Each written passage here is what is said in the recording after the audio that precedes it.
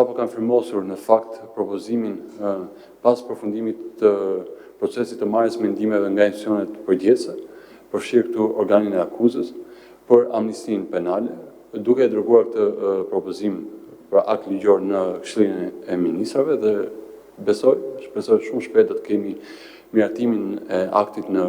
mbledhjen e qeverisë dhe më pas depozitimin në kuvend. Për interesin tuaj, duhet të theksoj këtu që është një kategori shumë e madhe personësh të cilët përfitojnë nga shifrat paraprake,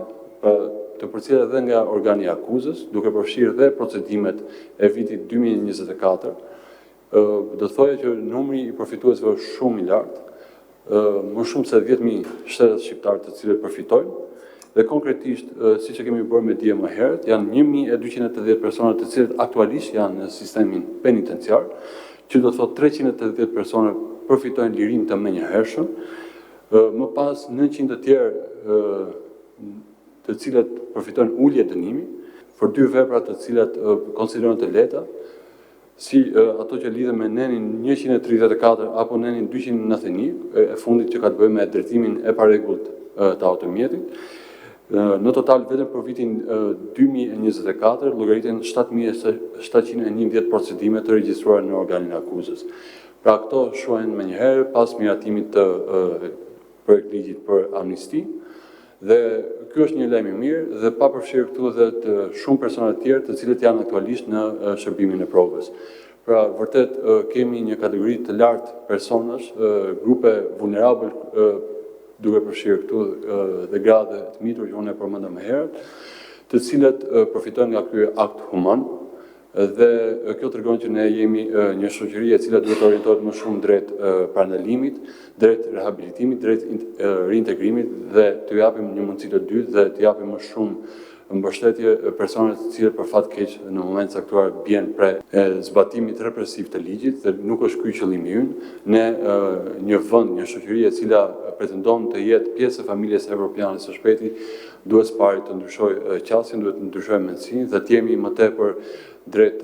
faljes, drejt mundësive reale, drejt mbështetjes social-ekonomike. Ne kemi bërë qartë që kjo nuk përfshin personat të cilët kanë qenë në hetim, janë në hetim apo në gjykim nga GKK. Vazhdon puna për reformën e drejtësisë. Me gjithë punën e mirë që është bërë këto vite, 2027 nuk duhet të përkojë vetëm me mbylljen e negociatave teknike me Bashkimin Evropian, po të dëshmojmë që jemi dinjitoz në natyrezën e Brukselit, dhe kjo përcillet më së miri me nivelin e lartë të profesionalizmit, me të qenit të drejtë në informacionet që ne përcjellim, me politikat e bazuara në këto informacione dhe patjetër duke mos ceduar kurrësi në standardet dhe të drejtat dhe liritë të çdo kujt, sidomos kur bëhet fjalë për tjetrin. Kam kërkuar shërbimit kontrollit brendshëm në sistemin e bugjeve një rritje proaktive të hetimeve në të gjithë bugjet e vendit, pikërisht për të garantuar shmangjen e situatave të ngjashme, apo edhe evidentimin e palishmërive që kanë të bëjnë pikërisht me futjen e sendeve të palishme. Kjo sigurisht, si e përmenda edhe më herët, kërkon masa më të gjera se sa një rast konkret,